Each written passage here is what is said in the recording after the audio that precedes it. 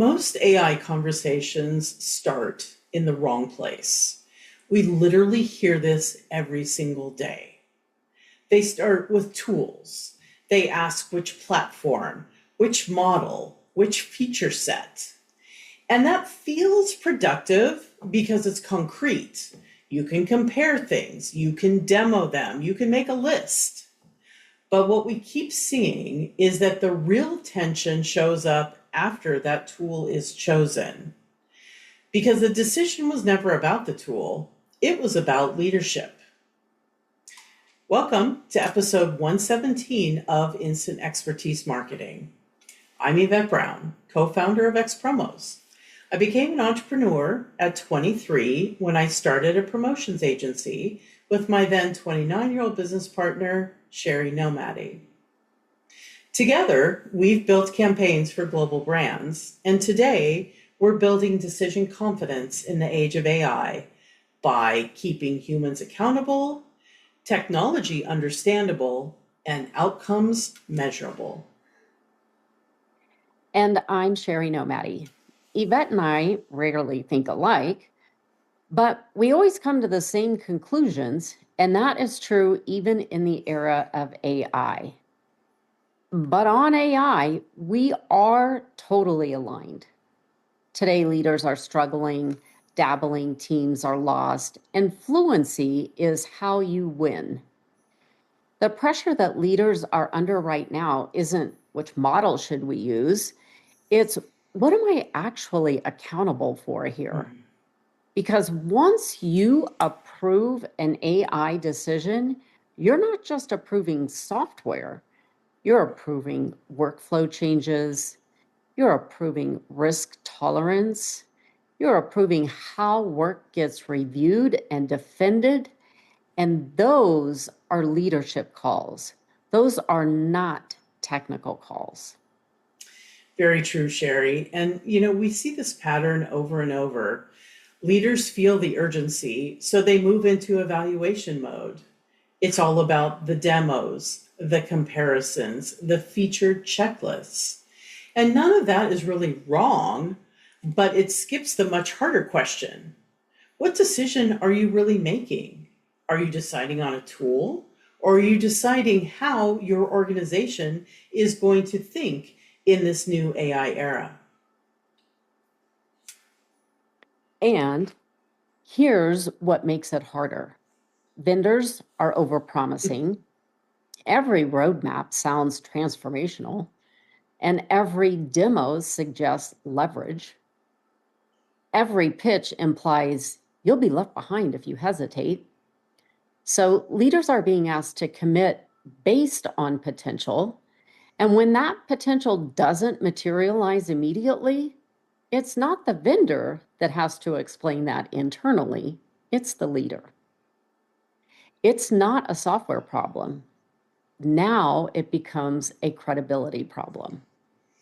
Yeah, that's so true. And, the other thing that's different with AI is visibility. There's very little quiet experimentation. The outputs are visible, workflow changes are visible, teams feel shifts immediately, which means that leaders are explaining decisions while they're still forming their own understanding. And that is destabilizing. And the models themselves, they're evolving so quickly. What you evaluated, say, 3 months ago, may not resemble anything that's in the marketplace today. So you're not choosing a static tool, you're actually choosing a moving target. And that creates artificial urgency. And urgency compresses judgment. Yeah, and there's another layer we don't talk enough about in everything AI, and that's that the teams are watching. They're watching how leaders show up around AI. They're kind of saying, are we excited? Are we cautious? Are we experimenting? Are we avoiding it? And even when leaders don't say anything, teams interpret that silence. And that's the bind. Saying nothing creates anxiety. Pretending certainty creates distrust.